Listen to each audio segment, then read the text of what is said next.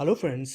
आज का टॉपिक है leave travel concession scheme and special festival advance scheme. ये दोनों स्कीम्स मिनिस्ट्री ऑफ फाइनेंस ने रिसेंटली लॉन्च की है in order to boost demand in the economy. Indian economy COVID 19 से पहले भी बहुत अच्छी शेप में नहीं थी। इंडिया में अनएम्प्लॉयमेंट का रेट 45 ईयर्स के अंदर सबसे ज़्यादा रहा। उसके बाद अभी रिसेंटली आईएमएफ की ग्लोबल इकोनॉमिक आउटलुक रिपोर्ट के अनुसार इंडिया का जीडीपी -10.3% श्रिंक कर जाएगा।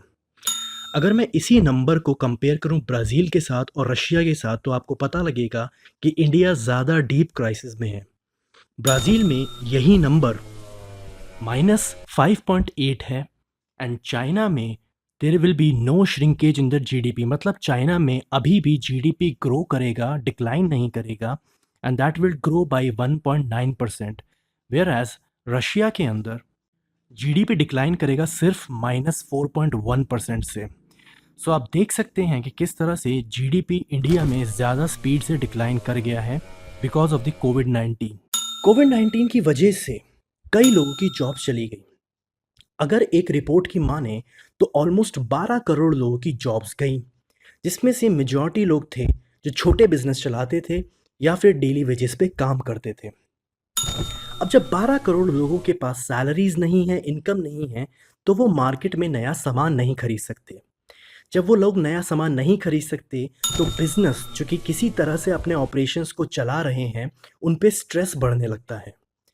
अब जब उनका सामान बिक नहीं रहा तो वो फर्दर ऑपरेशंस नहीं चलाते, वो फर्दर एक्सपैंड नहीं करते, वो प्रोडक्शन कम कर देते हैं। प्रोडक्शन कम होने का सीधा सीधा मतलब ये है कि अब और लोगों की नौकरियां जाएंगी और लोगों की जॉब्स चली जाएंगी, जिसकी वजह से इकोनॉमी में फर्दर डिमांड रिड्यूस होगी। एक तरीके का डाउनवर्ड स्पाइरल क्रिएट करता है जिसको हम लोग डिफ्लेशन भी बोलते हैं। डिफ्लेशन एक ऐसी सिचुएशन है जो कि इन्फ्लेशन, जिसको हम लोग महंगाई भी कहते हैं, उससे भी ज़्यादा खतरनाक मानी जाती है। डिफ्लेशन को काउंटर करने का जो एक तरीका है वो किसी भी तरीके से आपको डिमांड को बढ़ाना होगा। इसीलिए आप लोग न्यूज़ में भी देख रहे होंगे कि अब आरबीआई चाहता है कि लोग ज़्यादा लोन लें, वो लोग ज़्यादा कंज्यूम करें इकोनॉमी के अंदर या मार्केट्स में। नाउ गवर्नमेंट ने भी इसके लिए कई तरीके की स्कीम्स को लॉन्च किया था, जिसमें से आत्मनिर्भर भारत एक तरीके की स्कीम थी। आत्मनिर्भर भारत में MSMEs, small business, big business, farmers, poor people, migrant labourers, कई तरीके के अलग अलग सेक्शन ऑफ सोसाइटी को एड्रेस करने की कोशिश की। आत्मनिर्भर भारत का क्या रिजल्ट रहा वो तो हम एक साल बाद ही जज कर पाएंगे, अभी हम नहीं बता सकते। मगर गवर्नमेंट ने रिसेंटली एक और इनिशिएटिव लिया है and this time the people who are in the centre और जो फोकस में है वो है सेंट्रल गवर्नमेंट के या पीएसयूज के employees. Now let's understand how leave travel concession scheme can help Indian economy to revive. देखिए, हर सेंट्रल गवर्नमेंट के एम्प्लॉय को 4 साल में 2 बार अपने घर और एक बार इंडिया में किसी भी जगह पे जाने की इजाज़त होती है। उसके लिए उसका जो भी खर्चा एयर फेयर पे होता है या रेल फेयर पे होता है, अगर आप बड़े अधिकारी हैं तो आपको एयर फेयर दिया जाएगा और अगर आप छोटे अधिकारी हैं तो आपको रेल फेयर दिया जाता है। ये पैसा गवर्नमेंट ऑफ इंडिया रियम्बर्स करती है एम्प्लॉय को। At the same time employee को 10 दिन की लीव एनकैशमेंट भी दी जाती है। ये सेम स्कीम कई पीएसयूज में भी लागू है और कई स्टेट गवर्नमेंट भी इसको प्रोवाइड कराती है। अब कोविड 19 के चलते कई लोग इस स्कीम का बेनिफिट नहीं उठा पाए, मतलब कि अगर वो कोविड 19 ना होता तो शायद अपने घर जाते या इंडिया में किसी जगह पे घूमने के लिए जाते और उसके लिए उन्हें एयर फेयर रियम्बर्स होता या रेल फेयर रियम्बर्स होता।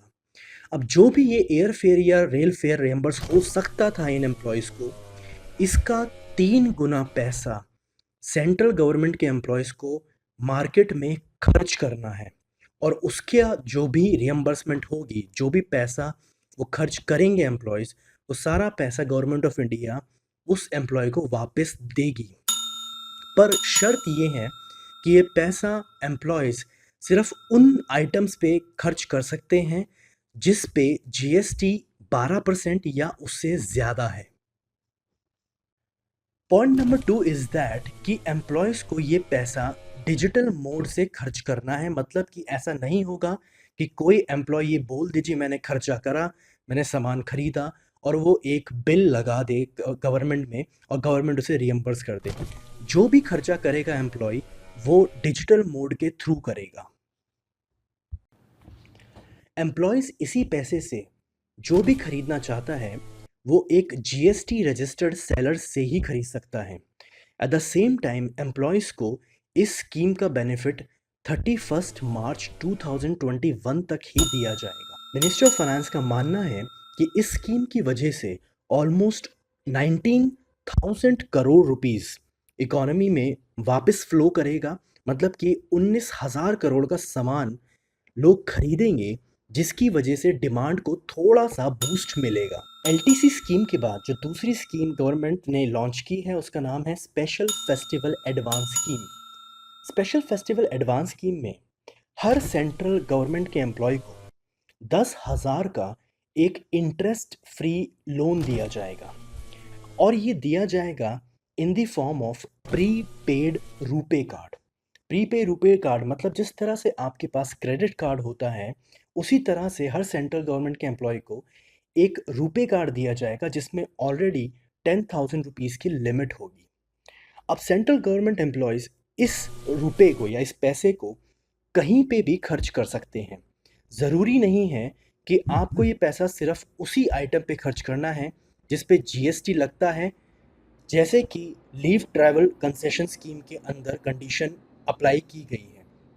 सो इससे उस हर एक स्मॉल ट्रेडर को फ़ायदा होगा, उस हर एक स्मॉल सेलर को फ़ायदा होगा जो कि इस समय पे जीएसटी रजिस्टर्ड नहीं है। ये स्कीम चालू रहेगी टिल मार्च 31 2021 तक।